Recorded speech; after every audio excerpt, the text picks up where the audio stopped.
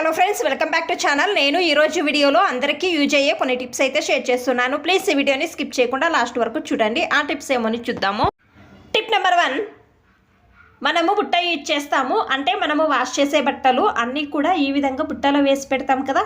ఈ బుట్టలో వేసినప్పుడు మనము ఏమైనా 3 days అయినా కూడా వాష్ చేయక అలాగే పెడితే ఒక విధంగా స్మెల్ అనేది వస్తుంది కదా.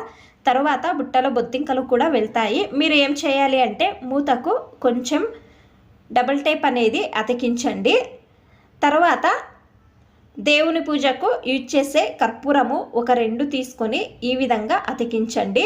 మీరు ఈ బుట్ట అనేది క్లోజ్ చేసి పెట్టండి. మీ బట్టలలో స్మెల్ అనేది కూడా రాదు, కర్పూరం స్మెల్ అనేది వస్తుంది. తర్వాత బొద్దింకలు కూడా రావు. ట్రై చేయండి. ఈ టిప్ అనేది బాగా.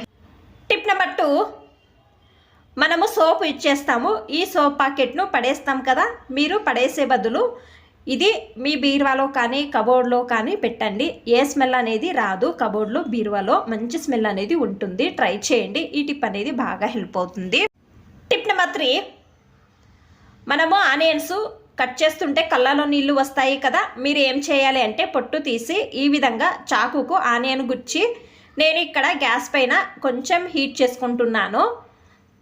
స్టవ్ అనేది మీడియం ఫ్లేమ్లో పెట్టుకోవాలి. తర్వాత ఇవి చల్లగా అయిన తర్వాత కట్ చేస్తే కొంచెం కూడా కళ్ళలో నీళ్లు రావు. ట్రై చేయండి. ఈ టిప్ అనేది బాగా హెల్ప్ అవుతుంది. టిప్ నెంబర్ 4, నేను ఇక్కడ లక్స్ సోప్ తీసుకున్నాను 10 రూపాయలది. లక్స్ సోప్ లేకపోతే మీరు రెగ్యులర్గా ఏ సోప్ అనేది యూజ్ చేస్తారో ఆ సోపు తీసుకొని ఈ విధంగా తురుముకోవాలి. నేను వీడియోలో చూపిస్తున్నాను కదా, సేమ్ ఈ విధంగా నేను ఇక్కడంతా కూడా తురుముకున్నాను. ఇది ఒక బౌల్లో తీసుకుంటున్నాను. ఇందులో 1 గ్లాసు నీళ్లు వేస్తున్నాను. ఇది ఎక్కువసేపు వదిలేస్తే కరిగిపోతుంది కదా, ఎక్కువ టైం కూడా తీసుకుంటుంది కరగడానికి. అందుకే నేను ఏం చేస్తున్నానంటే స్టవ్ ఆన్ చేసుకొని ఈ విధంగా వేడి చేసుకుంటున్నాను. ఒక 2 నిమిషాలు వేడి చేసుకోవాలి. వేడైన తర్వాత నేను ఇక్కడ గ్యాస్ అనేది ఆఫ్ చేస్తున్నాను.